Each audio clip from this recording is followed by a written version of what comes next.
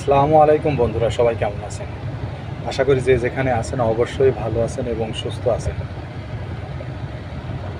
আমিও আল্লাহর রহমতে এবং আপনাদের দোয়ায় অনেক ভালো আছি। গাড়ি খালি করে এখন আবার ইয়াম্বুর উদ্দেশ্যে যাচ্ছি। তো দেখেন, সামনে একটা খুবই সুন্দর পাহাড় দেখা যাচ্ছে, চকচকে চকচকে। মনে হচ্ছে মসজিদের গম্বুজের মতো আর কি।